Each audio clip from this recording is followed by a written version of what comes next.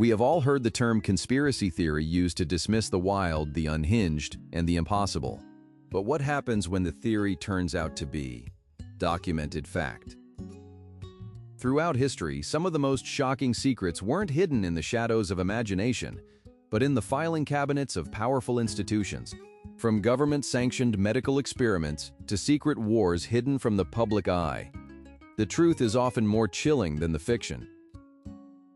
Today, we are opening the vault of secrets to uncover history's most infamous proven conspiracies. These aren't just rumors.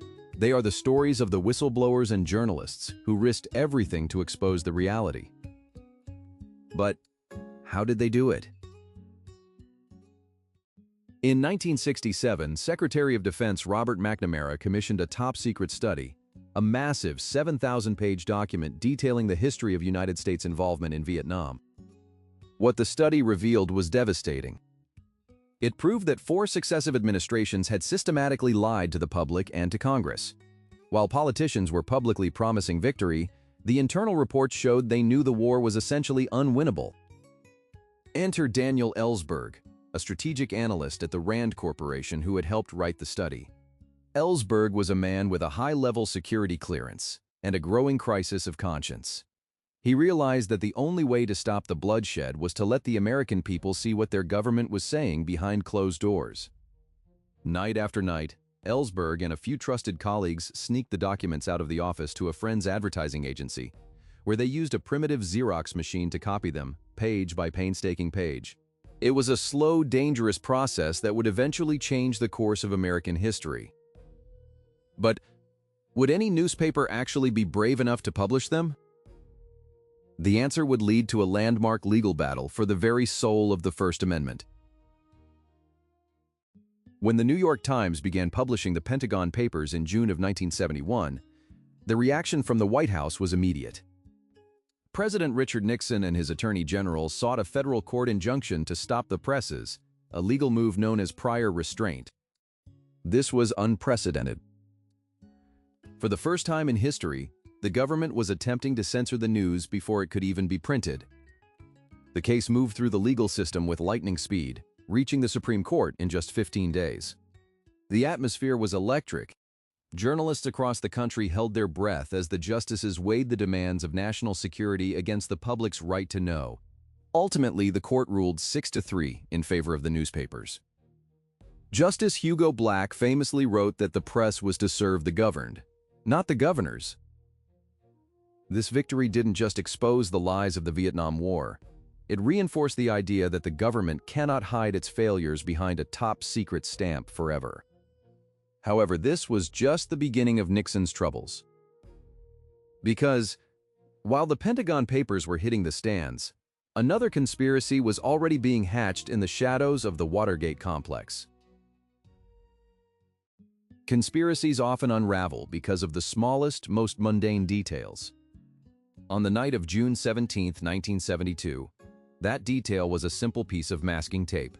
A 24-year-old security guard named Frank Wills was making his rounds at the Watergate office complex in Washington, D.C., when he noticed something odd. A piece of tape had been placed over a door latch to prevent it from locking. Wills removed the tape and moved on. But when he returned later, the tape was back. He didn't just ignore it, he called the police. Inside the Democratic National Committee headquarters, 5 men in business suits were caught red-handed. They weren't your typical burglars. They were carrying high-tech bugging equipment, thousands of dollars in sequential $100 bills, and address books that contained the name of a White House consultant. The administration immediately dismissed it as a third-rate burglary, a minor incident unworthy of attention. But 2 young reporters at the Washington Post, Bob Woodward and Carl Bernstein, weren't so sure. They began to pull on a thread that would eventually lead straight to the Oval Office. It was a path paved with hush money, laundered funds, and a secret source known only as Deep Throat. But how deep did the corruption really go? Woodward and Bernstein's investigation wasn't about flashy chases. It was about the paper trail. They spent months knocking on doors, cross-referencing phone records, and meticulously tracking the flow of campaign contributions. Their secret source, A high-ranking FBI official named Mark Felt, codenamed Deep Throat, gave them a simple, legendary piece of advice. Follow the money. As they followed that money, the scope of the conspiracy grew from a simple break-in to a massive, systemic campaign of political espionage and sabotage. The White House fought back with denials and attacks on the press. But the conspiracy was finally proven beyond a shadow of a doubt by the president's own hand. It was revealed that Richard Nixon had a secret taping system in the Oval Office. He had recorded almost every conversation he'd had for years. These tapes were the ultimate smoking gun. They provided physical, audible evidence that the president had personally ordered the FBI to stop investigating the Watergate break-in. It was the definitive proof of a cover-up. In August of 1974, facing certain impeachment, Nixon became the first president in history to resign. But while Watergate changed politics, other conspiracies were targeting the most vulnerable members of society.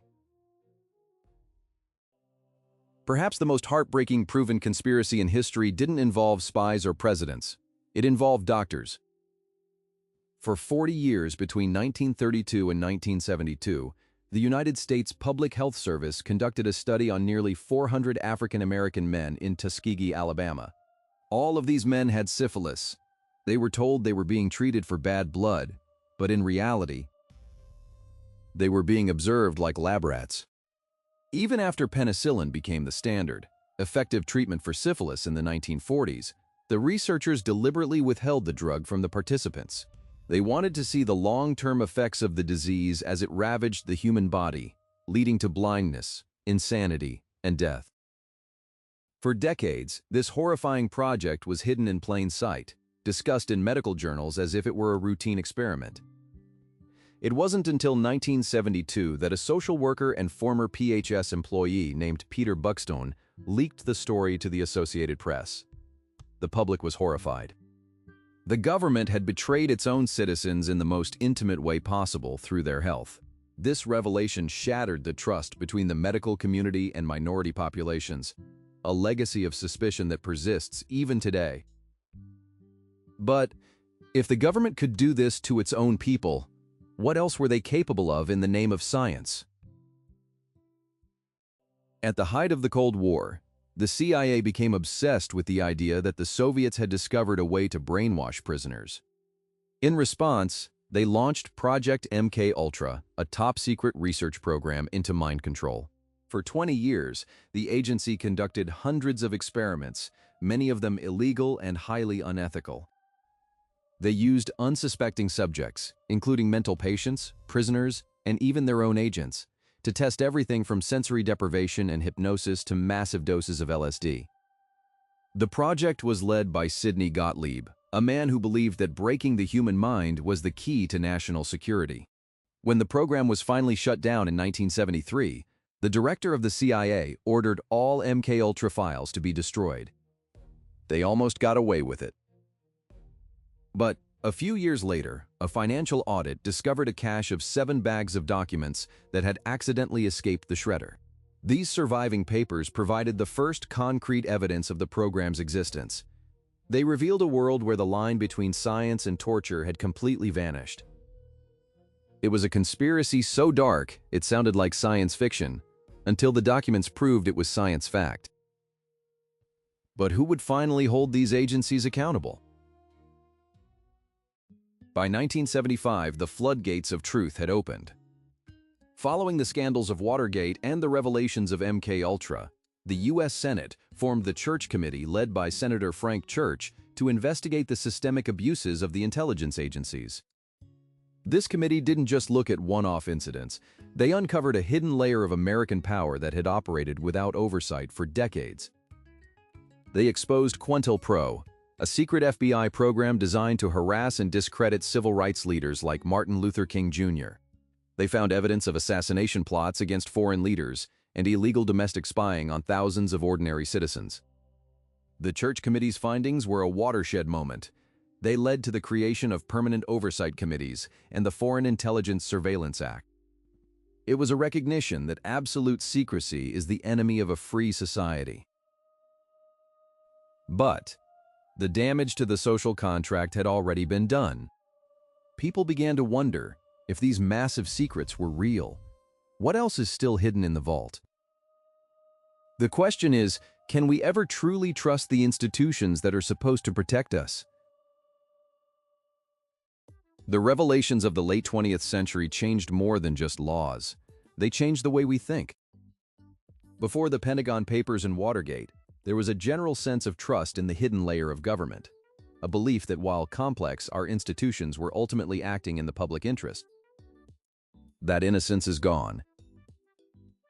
Today, we live in an era of heightened skepticism, where the line between a healthy questioning of authority and a descent into paranoia is thinner than ever. But these proven conspiracies also teach us a vital lesson. The truth has a way of coming to light. It requires the persistence of journalists, the courage of whistleblowers, and the existence of a physical paper trail. Whether it is a piece of tape on a door or a stack of photocopied reports, the evidence usually exists somewhere. The legacy of these scandals isn't just a warning about the potential for corruption, it is a testament to the power of the individual to challenge it. Because, in a world full of secrets, the most dangerous thing to a conspiracy isn't a theory. It is a document. And so we must ask, what secrets are being uncovered right now? History shows us that the most incredible stories are often the ones that were never meant to be told.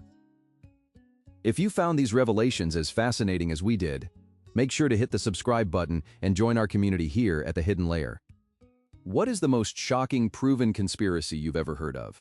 Let us know in the comments below. Thank you for watching.